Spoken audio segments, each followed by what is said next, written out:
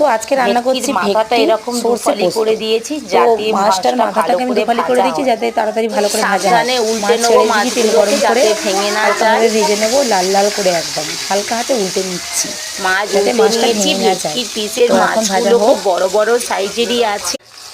হ্যাঁ মাছটার খুব পিসটা দেখেই সুন্দর মনে লাল হচ্ছে লাল তোমাদের করে আন্দাজ ভাজা করতে হয়ে পারছো গেছে। যে কত এবার বড় আমি ভেটকি মাছটা মাছটা খুব আমাদের ভালো এই করে সামনের তুলে নদীর নেব। থেকেই ধরা হয়েছে। তো ভাজা কমপ্লিট হয়ে গেছে।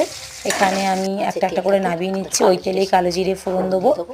কালো জিরে ফোড়ন দিয়ে দিয়েছি, কাঁচা লঙ্কা ফোড়ন দেবো। হালকা করে কাঁচা লঙ্কাটা নেড়ে নিচ্ছি। তারপরে দিয়ে দেবো কুচানো পেঁয়াজ ছোটো ছোটো করে। এরপরে হালকা হাতে নেড়ে দিচ্ছি। নুন দিয়ে দিলাম এখানে। টমেটো কুচি দিয়ে দেবো। টমেটো কুচি দিয়ে দিলাম। এরপরে হলদি গুঁড়ো দিয়ে দেবো।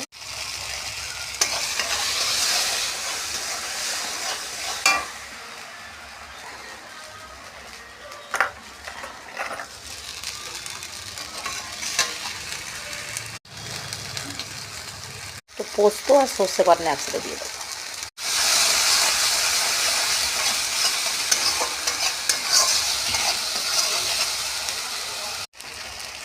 যতক্ষণ না তেল ছেড়ে আসে ততক্ষণ আঁচ কমিয়ে রাঁধতে থাকবো।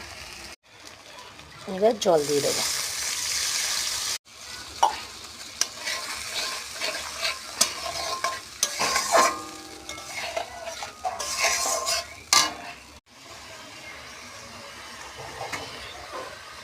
ধনে পাতা,